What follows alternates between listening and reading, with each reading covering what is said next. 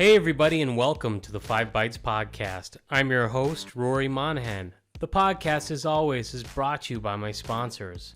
PolicyPak Software, now part of Netvix, where you use Group Policy or MDM to remove admin rights, manage and lock down applications, Java browsers, and mitigate ransomware, plus more.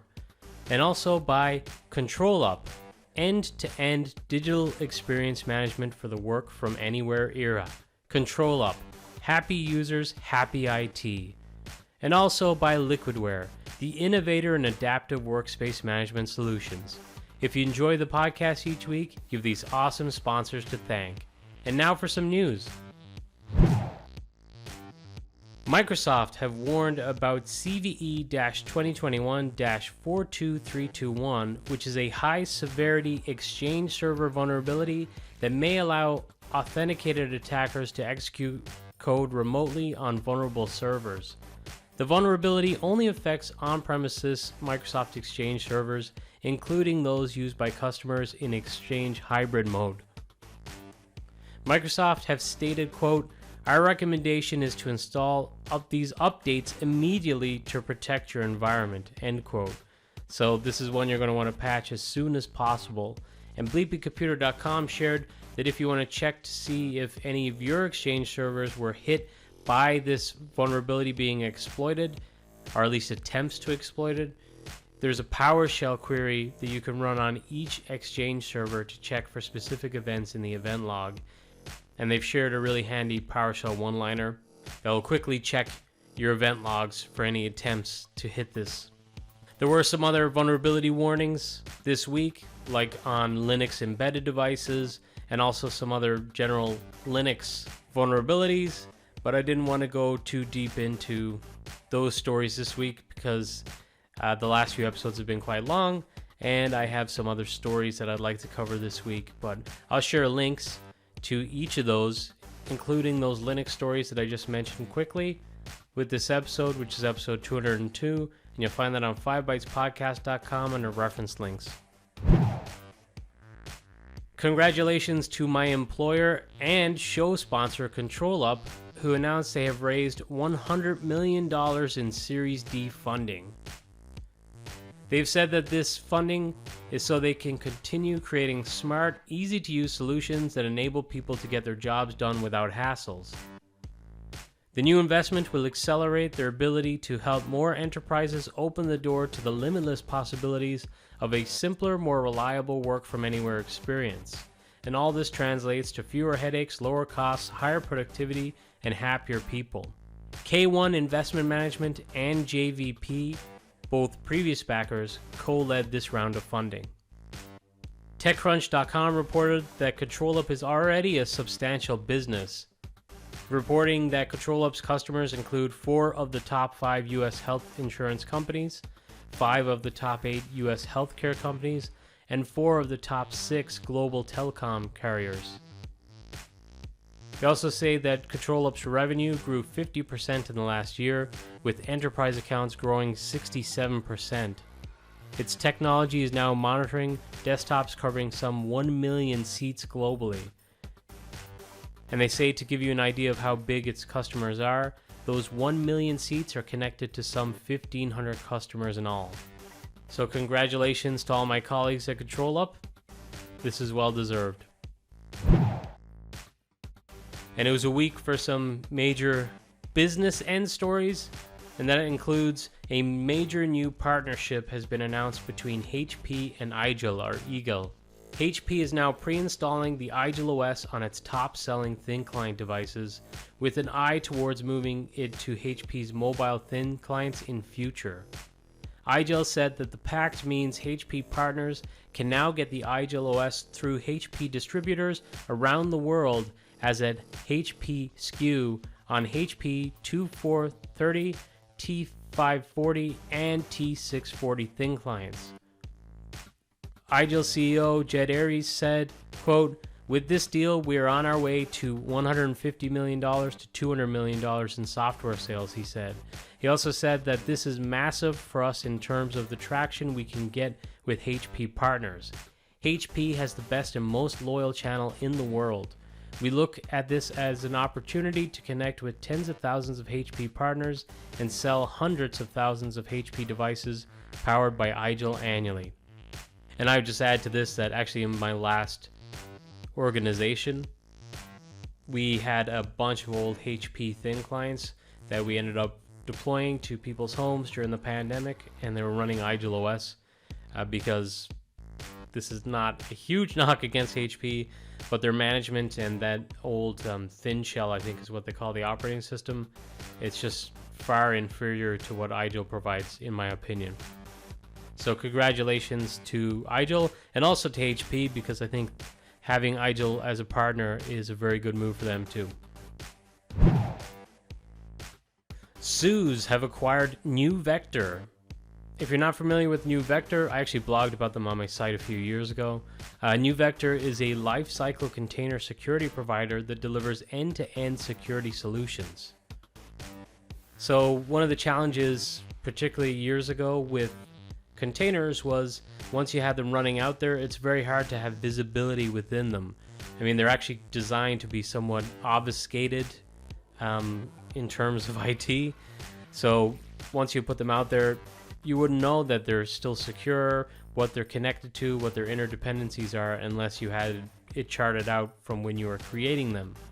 And Neuvector gave you that visibility, and it also gave you an eye into the security of things like what containers are talking to each other, where the firewall holes are within containers, and that kind of thing. And obviously with Kubernetes being such a huge buzz now, it is probably more important of a product than ever, and obviously SUSE feel the same. FuturumResearch.com stated that consideration for the acquisition is reported to be part cash, part stock, with a total valuation of $130 million. So congratulations to Neuvector, that's awesome. So I did warn that the first few stories were going to be more on the business side of things, and we continue that with the story that Grafana Labs, a company behind some of the world's most ubiquitous, open, and composable operational dashboards, have announced a strategic partnership with Microsoft to develop a Microsoft Azure managed service that lets customers run Grafana natively within their Azure cloud platform. The new service makes it simple for Azure customers to deploy secure and scalable Grafana instances and connect to open source, cloud, and third-party data sources for visualization and analysis. They say that customers interested in proprietary plugins would be able to easily upgrade to Grafana Enterprise. And customers who choose the Microsoft Azure Managed Service can easily upgrade to the full Grafana Enterprise experience to maximize your existing IT infrastructure investments with data source plugins to the most popular services in the market today, including ServiceNow, Splunk, MongoDB, New Relic, Datadog, and more. Customers also have access to customized training sessions, professional services, and enterprise-level support. So Grafana is pretty cool. I really like the visuals. Their dashboards are very pretty looking. And if you'd like to join the preview, there is a sign up, and I'll share a link to that with this episode, which again is episode 202. There was a very interesting story this week. A recent IT system upgrade of SAP software for PepsiCo UK and Ireland is causing disruption to the supply of some of their products. Suppliers were working around the clock to resolve these issues as soon as possible to increase supply, but it was noticeable. A lot of people on Twitter, in particular from the UK, were reporting that Walker's Crisps, which I believe are owned by PepsiCo, are missing from the shelves of Tesco grocery stores.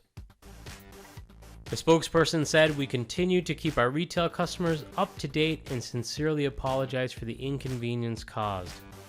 So if you've ever worked a failed upgrade before, you can definitely empathize with the poor people who were working on that upgrade. I don't know if I've worked on one that's caused a downtime or disruption to a supply chain before, so my commiserations to those IT workers. It must be very stressful.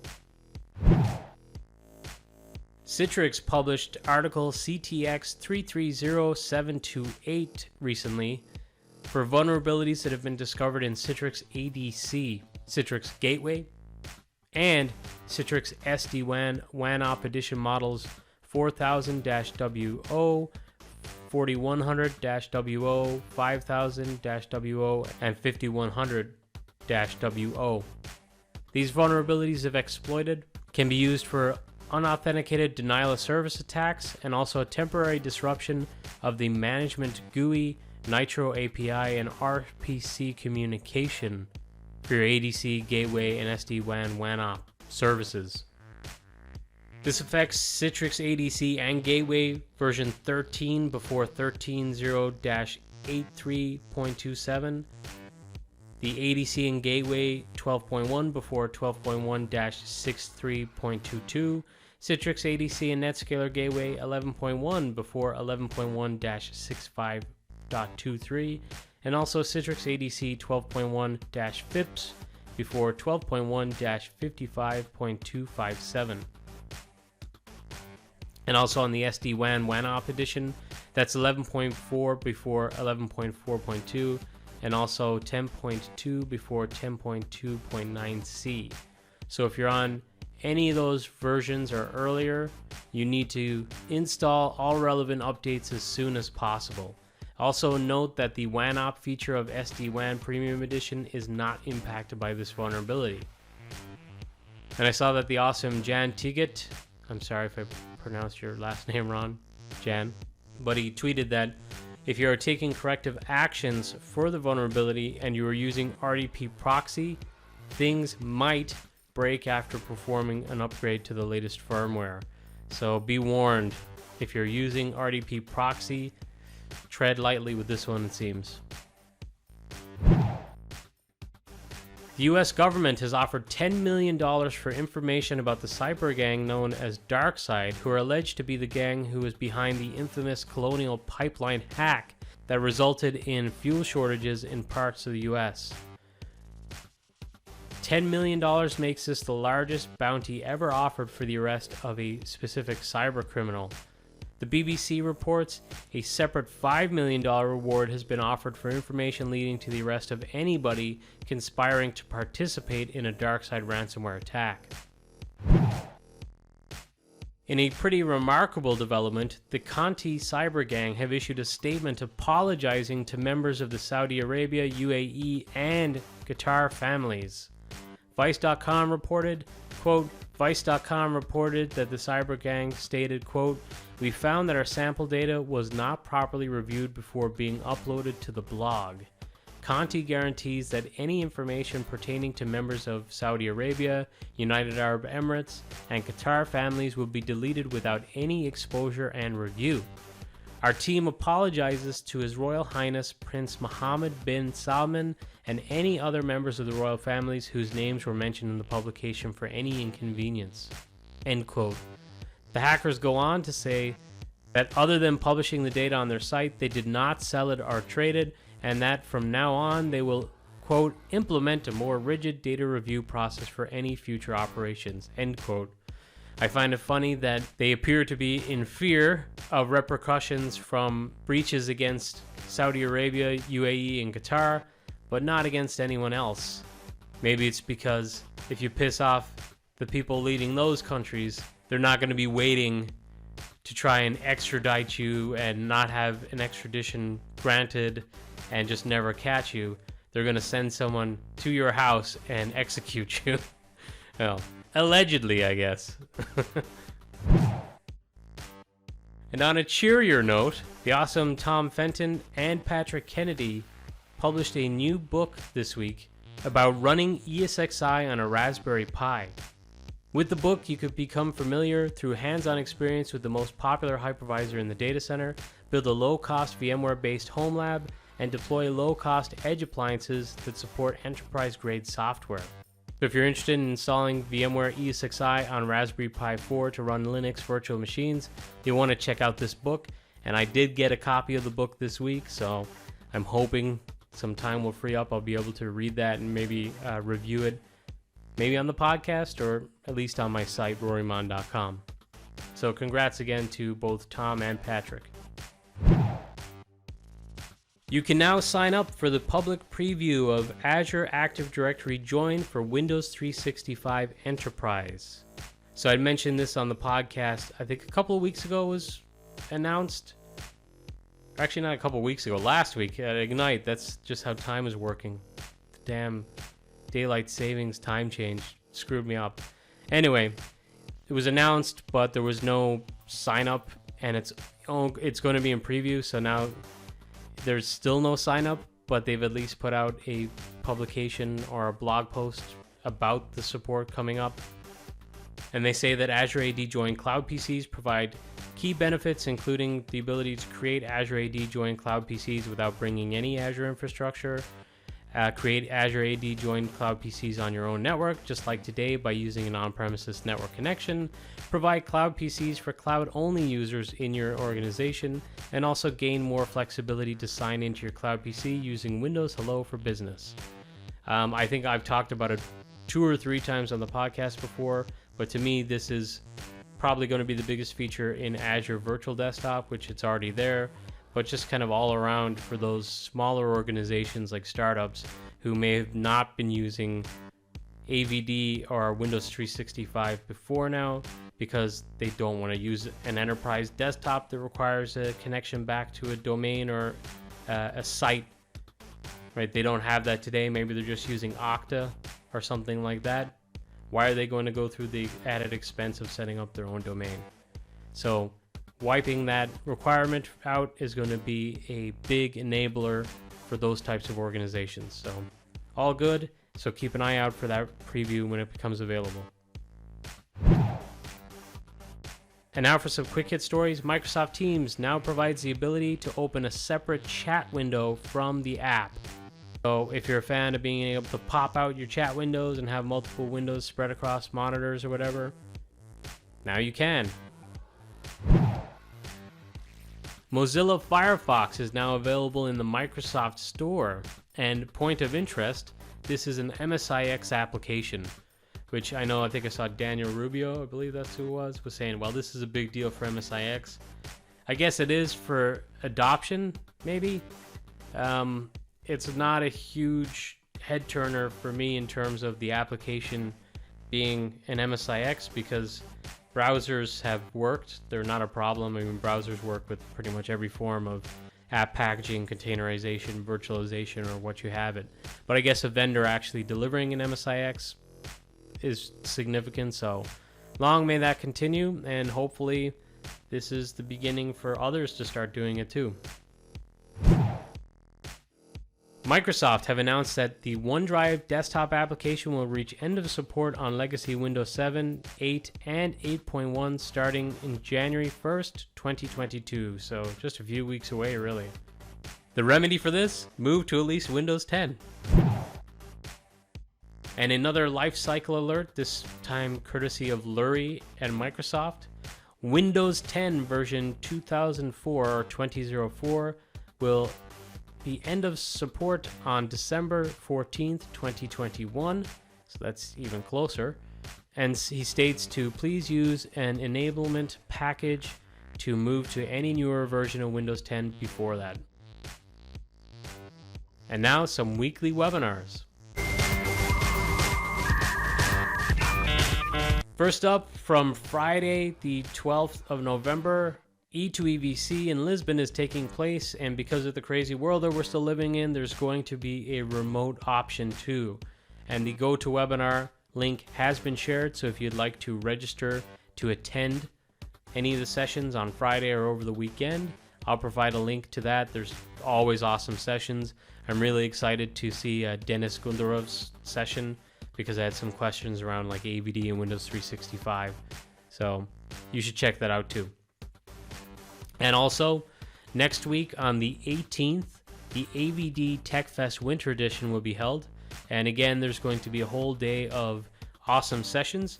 And this is one that I myself will be presenting at. I'm going to be presenting on the topic of the Windows 365 Cloud PC Business SKU Edition and how to manage it.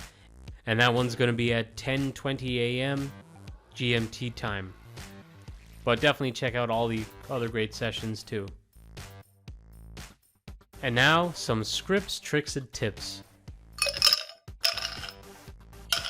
Well, I just mentioned Dennis, and last week I featured in the scripts, tricks, and tips a thread from Dennis about sessions on Windows. Well, he was back again this week with another awesome thread asking, are you wondering what is the difference between frame rate and refresh rate in remoting protocols? So I believe Dennis may even be the owner at Microsoft of the RDP protocol, so there's no better source for learning about remoting protocols.